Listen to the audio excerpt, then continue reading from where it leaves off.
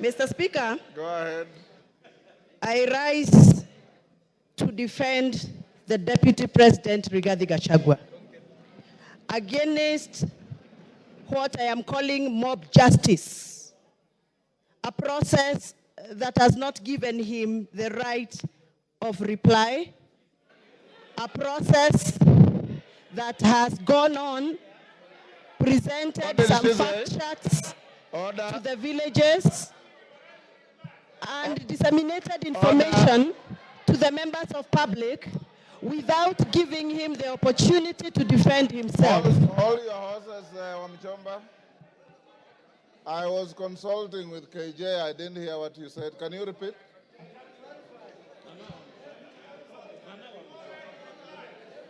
Can you repeat what you said? I can't hear you, Mr. Speaker.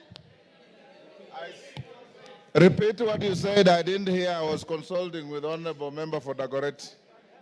I have said I rise to defend the Deputy President, the Honorable Rigathi Gachagua, against a process that I feel, personally, as my opinion, it is mob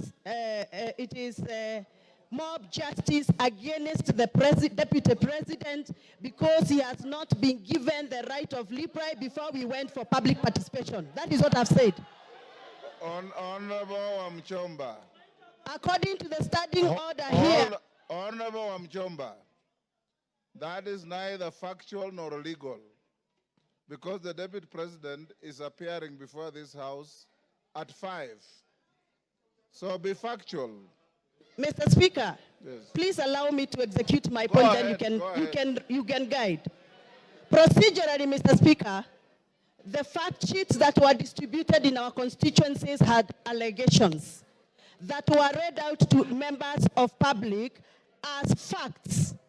So to me, the fact sheets that were distributed in our constituencies were fact sheets that were communicating facts. But from where I come from, Mr. Speaker, what was typed in those papers was not factual and needed to be interrogated. And I'm glad that the Deputy President is appearing in an hour's time here to come and clear the air. Mr. Speaker, before I defend and I give my submission, I request you to allow me to refer to the standing order number 91 on responsibility for statement of facts. A member shall be responsible for accuracy and facts for whatever allegations that comes and disseminates from this House. Mr. Speaker, this morning we were watching video clips on our television in this House. Those video clips that were played in this House were reported speeches that were reported from various media houses in this country.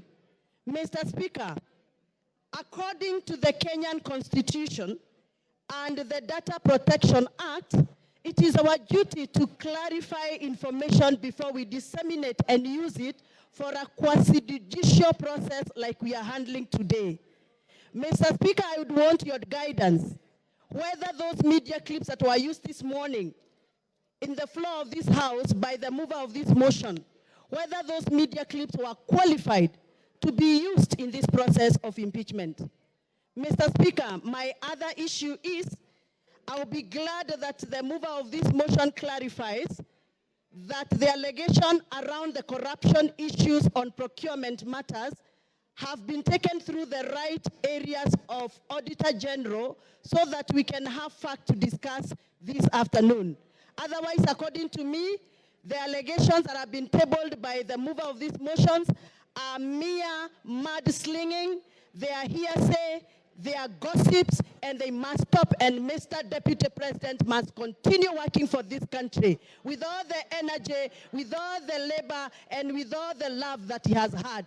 And those that feel that Mr. Deputy President has been biased into Mount Kenya politics, please forgive us, but we must tell you, everybody has their home.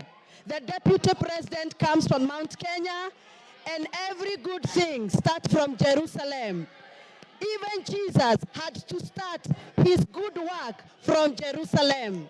We are the Jerusalem We shall continue allowing the Deputy President to do the work he's been doing in Mount Kenya, even as he tries and attempts to work in other parts of this country.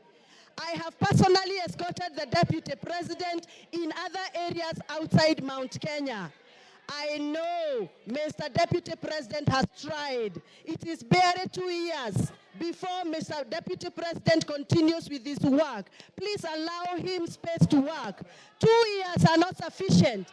Even for the members in this house know very well, they have also not been able to do what they promised their voters during campaigns. We are all elected members here, and we know we made pledges, and 2 years are not sufficient for anybody to use that as a basis to judge anybody on the performance.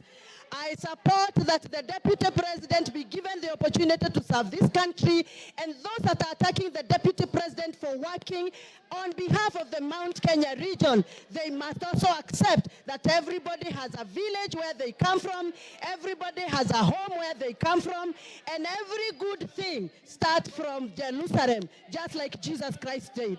Asanteni sana, and I refuse. The Deputy President is going nowhere. He's going to stay here to serve us.